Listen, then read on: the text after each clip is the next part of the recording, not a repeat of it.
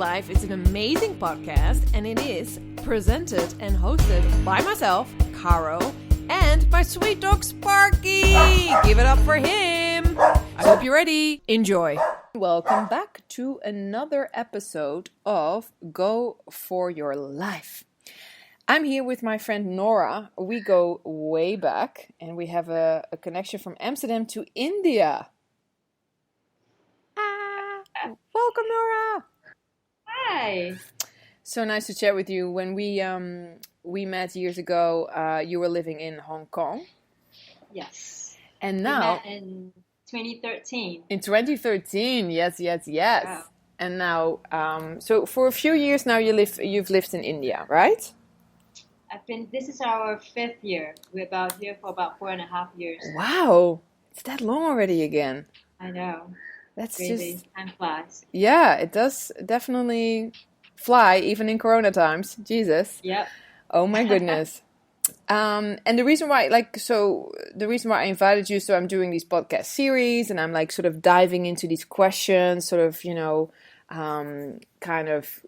questions of like, what is yoga and business? Do they go together? And, and I had to think of you straight away, first of all, because, we've stayed in touch all this time. And also I really respect you, as a yoga teacher, but also you all now also run your own teacher training. And, I felt you were a good person to talk a little bit about this, business, Nora. The business of yoga. The business of yoga. So tell us a little bit, Nora, tell us a little bit about yourself in a sense, like how long have you been teaching yoga? How did yoga come into your life? Tell us. Okay. I've been teaching yoga for about just about 10 years now. I started teaching, full-time, about 10 years. I started teaching full-time in 2011, so just under 10 years. Mm-hmm. And I started teaching in Hong Kong. And in Hong Kong, I was teaching full-time exclusively at one studio, the Mm-hmm. yoga room in Hong Kong. And when you're teaching for a studio, it's you don't really have to do too much work at like administration-wise or management-wise. And you show up, do the class, help build community. And I was very fortunate when I was teaching in Hong Kong at the studio. I was given a lot of really good opportunities because I worked my butt off. Mm-hmm. I was able to lead one or maybe sometimes 2 retreats a year, which again, I didn't have to do much marketing except for in my classes and my students, but all the logistics and the administration and the management of the retreat and also workshops that I led were done through the studio. Mm-hmm. So life was pretty good. And even when I come to class and if there was one student or sometimes even if there were no students in the class, I was still getting paid. And so that I found was a huge advantage for a yoga teacher just starting out. Mm-hmm. That I could really just hone my teaching skills, Mm-hmm. And not have to worry about like all the other stuff Mm-hmm. of the business side of yoga, literally. Mm-hmm. The marketing, the advertising, the publicity. And so the 6 years, I was teaching yoga full-time for 5 years in Hong Kong. We were there for 6. And really was a training ground for me. It really helped me find my own voice and create community, which now expanded into a more international community because obviously I left Hong Kong and I've now been in South India in Chennai for the last 4.5 years. And then I transitioned obviously from teaching for and at a studio to doing my own thing. And so then literally the tables are turned completely now because not only do I have to think about the teaching part of it, I have to think about the publicity and the marketing and the advertising and also planning my own retreats and having to put down like capital or my own money up front, and all these things that come into play when you are on your own rather than teaching at a studio or working for someone. Mm-hmm. And they are both, there's good and there's advantages and there's disadvantages. Obviously, the advantage is that you get to plan your own time. You get to, obviously with the retreats, you learn that, hey, you can actually make more money rather than teaching through a studio where they will get like a big cut of it. Because teaching at a studio, if I led a retreat, I get paid for each student. But usually most of the time, I don't even know what the profit margins are. You know? But then ever since I've started 4 years ago after I left Hong Kong and I've started running my own retreats, then I realized what the profit margins are. Wait a minute. Okay. I can make much more money. But then there's obviously the stress of putting your own money up front and being responsible for everything from the ground up. I'm lucky because my previous life as a producer in film and theater and TV gave me like some, like foundational skills in budgeting and time management and scheduling and management and things like that. So that really came in very handy. Yeah. I would say to this day, right? To this day, like that's still something, that foundation is so it's perfect for what you're doing now. Right, exactly. Right now, especially when I'm on my own. And also, after I left Hong Kong and when I started to venture on my own, I also realized how important it is to have a brand or have a mission statement. How you can, there's so much white noise out there, right? There's so many yoga teachers out there. So how do I make myself stand out? Yeah. How do I market myself? And I'm really bad at marketing myself.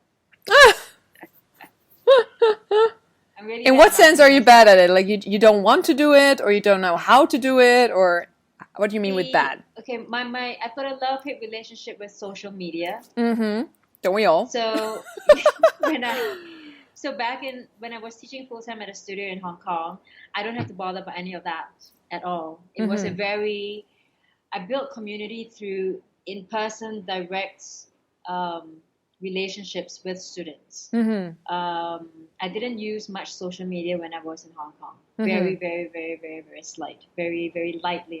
I tread it really lightly. And then once I left and I'm on my own, I gotta get with the times, right? And so since everybody's on social media, I had to find my way and make peace with, Instagram and Facebook, and I didn't really get on the Twitter train very much at all.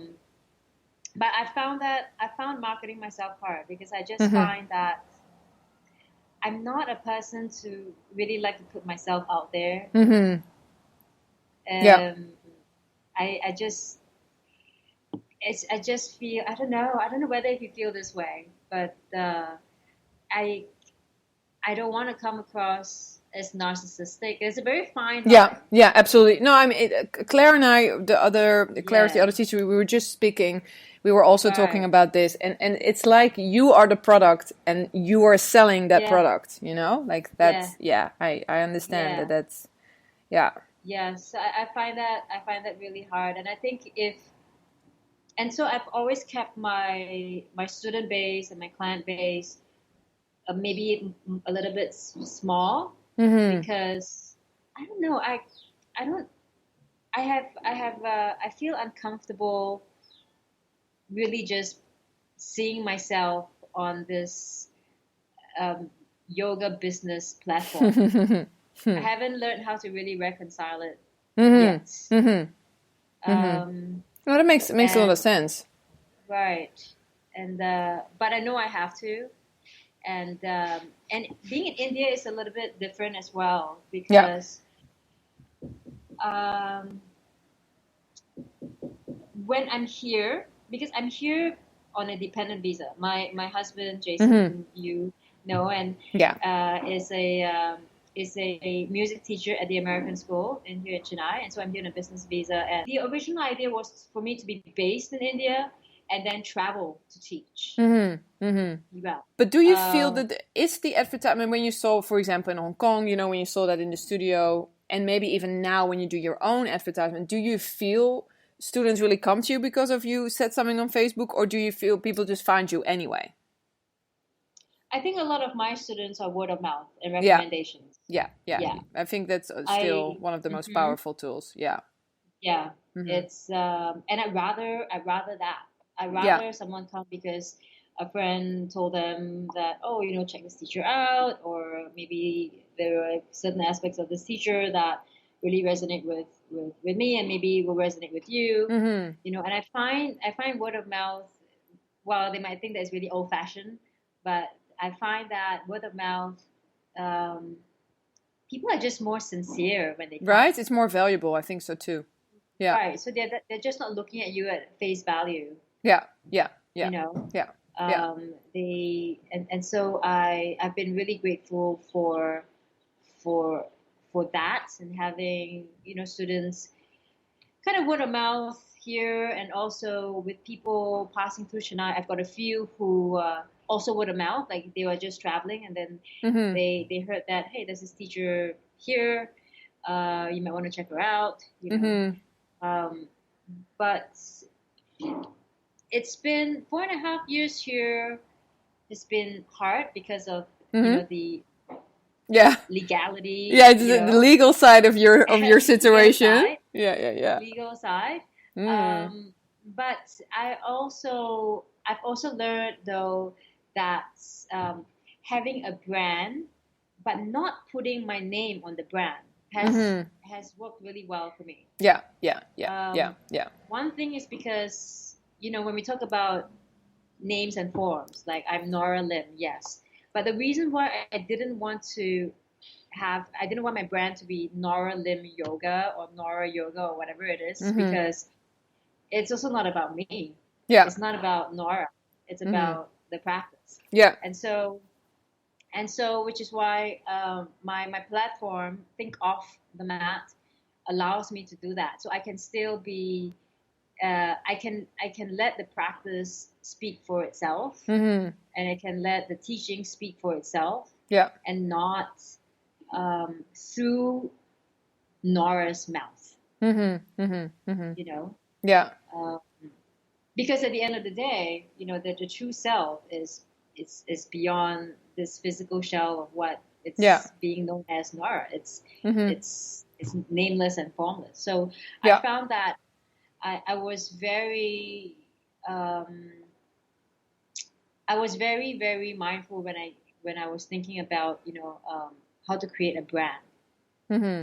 Even the word brand itself doesn't really resonate really well with me, you know. But no, but also I think in especially I think in the relationship with yoga, right? Yeah. It just it's like you know, and or even business. It's like, but it's still yoga, you know. And that's something I wanted to ask you as well. For you, and having worked in Hong Kong for the studio and now doing your own thing, what is for you the relationship with like yoga and business, or even yoga in the capitalist society? Like how do you deal with that with your business of yoga? Well, when I was teaching exclusively at a yoga studio as a full-time teacher, I had a lot of restrictions. You know, I can't really do things on my own. I had to always sought the studio's approval first if I wanted to do anything that and anything that might seem to be in competition with the studio is obviously a no. And also even when I left the studio and I left Hong Kong, I still had a lot of business entanglement with the studio in Hong Kong, because when I